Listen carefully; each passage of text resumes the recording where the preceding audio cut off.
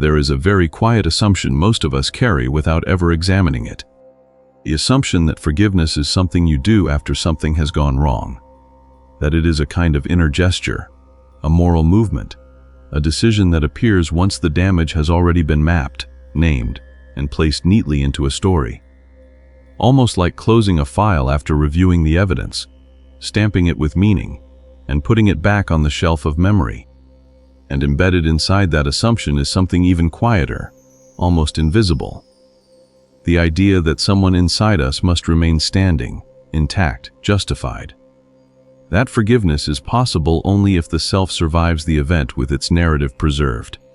Not healed, necessarily, but coherent, continuous, recognizable. We rarely notice this, because it feels so natural. Of course there must be someone who was wronged. Of course there must be someone who remembers. Of course there must be a center that says, "This happened to me." But pause for a moment and notice how different this is from how things operate outside the human story. A tree does not forgive the wind for breaking a branch. The branch does not replay the moment of rupture. The ocean does not forgive the moon for pulling it back and forth into exhaustion. There is no internal courtroom where evidence is weighed before movement can resume. Things respond, yes, but they do not retain. They do not preserve a narrative of offense. What makes the human experience unique is not that harm occurs. Harm occurs everywhere. What is unique is that the human mind does not simply experience disruption, it frames it. It wraps it in language, in memory, in time. It says, "This should not have happened," and then, almost automatically adds, "because it happened to me." This is the precise moment where forgiveness becomes complicated. Because forgiveness, as we usually imagine it, requires two movements that quietly contradict each other. On one hand, there is the wish to release tension, resentment, and emotional contraction. On the other hand, there is the insistence that the self was correct in feeling those things, that the reaction was justified, that the wound made sense. And so we attempt a compromise. We say, "I forgive you," but keep the internal posture of someone still standing in the right place, facing the right direction, holding the correct interpretation of events. The words move forward, but the center does not. Forgiveness becomes an addition, not a transformation. To understand why forgiveness so often feels incomplete, why it returns again and again like an unresolved thought, we have to look carefully at what the self is doing when it claims it wants to forgive. The self in these moments is not merely hurt, it is organized around the hurt. The injury becomes a structural reference point. It marks before and after. It defines boundaries. This happened to me, therefore this is who I am now. The demand to be right is not primarily moral, it is architectural. It is how the self maintains continuity through disruption. Being right is not about truth in any abstract sense. It is about stability. It is about keeping the internal world from collapsing into ambiguity. If I was wronged, then the world still makes sense. If I was justified, then my reactions belong somewhere. The narrative holds. And forgiveness, if it goes beyond performance, quietly threatens that structure. Because genuine forgiveness does not simply release anger or resentment. It loosens the scaffolding that anger was holding together. It removes the clear edges between offender and offended. It destabilizes the story that gave the pain its shape. This is why forgiveness often feels less like relief and more like loss. Not the loss of bitterness, but the loss of orientation. The loss of a familiar identity that knew where it stood. The loss of a storyline in which events unfolded in a morally legible sequence. Without that structure, the self briefly does not know who it is. So the self hesitates. It does not shout. It does not rebel. It simply tightens. It asks, very quietly, "If I forgive fully, then what happens to my suffering? What happens to the meaning I extracted from it? What happens to the version of me that endured because it was right?" And here is the subtlety. The self is not being manipulative or insincere. It is being precise. It senses, without articulating it, that unconditional forgiveness is not something added on top of identity. It is something that rearranges identity itself. Forgiveness fails not because we lack kindness, maturity, or spiritual depth. It fails because the self senses a deeper threat. And that threat is not that the other person will escape responsibility. The threat is that the internal position that says, "This is me, and this is what happened to me," may loosen its grip. So forgiveness becomes something we announce rather than something that occurs. We repeat the language. We rehearse the posture. We tell ourselves we have moved on while carefully preserving the center from which the story is told. As long as that center demands to be right, forgiveness can only orbit the wound. It cannot pass through it. It circles endlessly, like a thought that keeps arriving at the same conclusion from slightly different angles, hoping repetition will substitute for release. And the tension does not live in the original harm anymore. It lives in the effort to forgive without surrendering the self that the harm produced.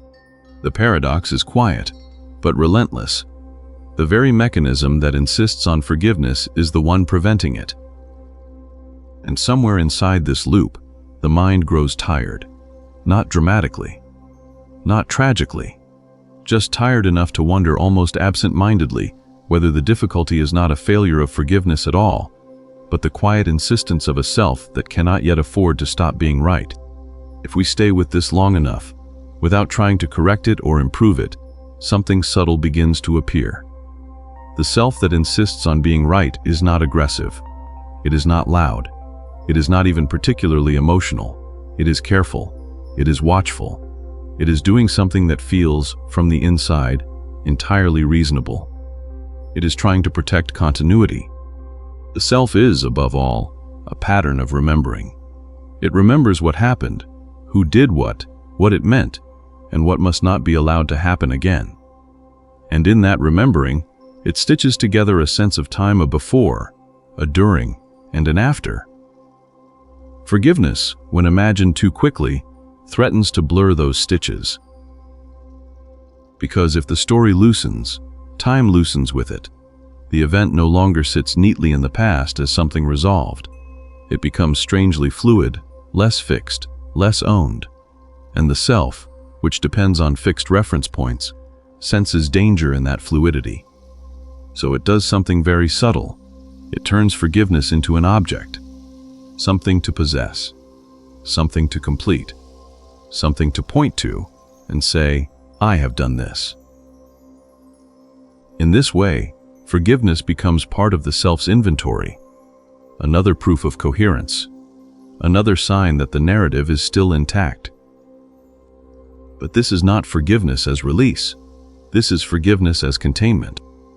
You can feel the difference if you listen closely to the internal tone. There is often a faint tightness underneath the words, a quiet vigilance, a sense that something is being held steady, not allowed to drift too far from its original meaning. This is why forgiveness, in these cases, does not dissolve resentment, it suspends it. It places it in a controlled environment. The resentment is no longer active, but it is not gone. It has been archived. And archives exist for a reason. They exist because something might need to be retrieved later. The self keeps the record not because it enjoys suffering, but because the record preserves identity. As long as the memory remains charged with rightness, the self knows where it stands. The pain becomes a landmark, a coordinate. Remove the charge, and the coordinate disappears. This is where forgiveness encounters its deepest resistance, not at the level of emotion, but at the level of orientation. The self is not asking, "Can I forgive?" It is asking, "Who am I without this position?" And notice how rarely this question is spoken aloud. It appears instead as hesitation, as delay, as a feeling that forgiveness is premature, incomplete, or somehow dishonest. The self says, "I'm not there yet," without quite knowing where there is. But what it means is, I don't yet know how to exist without this structure. Because being right is not simply about judgment. It is about separation. It draws a clear line between inside and outside, self and other, cause and effect. It tells the self where it ends and the world begins. Forgiveness, when it is not conditional, softens that line. It introduces ambiguity. It allows the event to exist without requiring a final interpretation. And ambiguity is profoundly unsettling to a system that depends on clarity to survive. So the self compensates by tightening language. It repeats the story. It refines the explanation. It clarifies intentions, motives, and responsibilities. Each repetition feels like understanding, but it is often stabilization. The mind says, "I just want to understand what happened." But beneath that desire is something quieter. "I want to make sure this still makes sense in a way that keeps me intact." And so forgiveness is delayed not because the heart is closed, but because the structure is still load-bearing. This is why people can speak of forgiveness for years and still feel its absence. The words have moved on, but the internal architecture has not shifted. The self remains positioned as the one who was right to be hurt, right to feel wronged, right to remember. Again, this is not a flaw. It is not immaturity. It is not moral failure. It is how identity protects itself against dissolution. The self does not fear pain nearly as much as it fears disintegration. Pain can be endured. Pain can be narrated. Pain can be justified. But disintegration offers no storyline at all. And forgiveness, in its deeper form, does not preserve the storyline. It loosens it. It allows the event to become less solid, less owned, less central. It allows the past to stop acting like a fixed object. This is why forgiveness, when it is genuine, often arrives unexpectedly, not as a decision, but as a shift in perception. The story simply loses its grip. The self forgets to defend its position. And this forgetting cannot be forced. As long as the self is actively trying to forgive, it is still guarding the center. It is still measuring, still evaluating, still ensuring that the release does not cost too much. So forgiveness fails quietly, not with resistance, but with maintenance. The self keeps everything running smoothly, efficiently, politely, while ensuring that nothing essential changes. And the tension remains, not as anger, but as effort. The effort of holding oneself together around an old event. This effort is exhausting, though we rarely name it as such. It shows up as a low-level fatigue, a sense of repetition, a feeling of being subtly stuck in the same emotional weather despite having done the work. And somewhere within that fatigue, another question begins to form. Not a demand, not a solution, just a soft curiosity. What if forgiveness is not something the self does, but something that happens when the self no longer needs to be right? If we linger here a little longer, without turning this into a principle or a method, another layer begins to show itself. The demand to be right is not only about the past. It quietly organizes the present. It shapes how experience is filtered, how attention moves, how meaning is assigned moment by moment. The self that must be right does not rest in what is happening now. It stands slightly behind the moment, checking it against what already happened, measuring whether it confirms or threatens the existing story. Even neutral events are scanned for echoes. A tone of voice, a delay, a familiar gesture, anything can be folded back into the original narrative. This is not obsession. It is orientation. The self uses rightness the way a sailor uses stars, not to control the ocean, but to know where it is. The problem is not the stars, it is the refusal to sail without them. Forgiveness, in this context, is not blocked by anger. It is blocked by navigation. As long as the self relies on being right to locate itself in experience, it cannot afford to let that reference point dissolve. To forgive fully would mean drifting without coordinates, even if only briefly. And the mind resists drift more than pain. This is why people often say they want closure. Closure sounds gentle, but what it really promises is containment, a sealed edge, a finished shape. Closure allows the self to move forward without uncertainty, without loose threads trailing into the present. But forgiveness is not closure. Forgiveness does not seal the edge, it softens it. And softness is deeply unsettling to a system built on definition.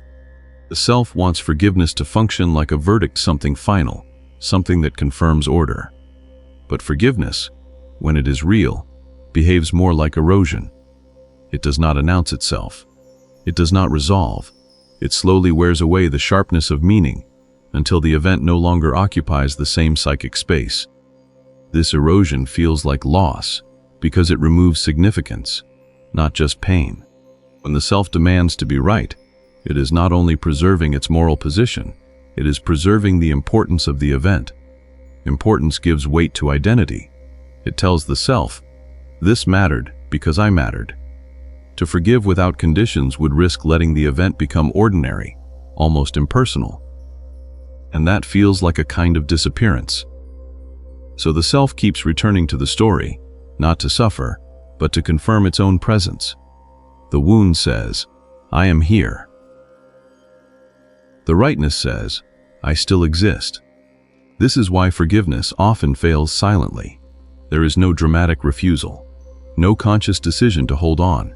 There is simply a subtle gravitational pull back toward the familiar center.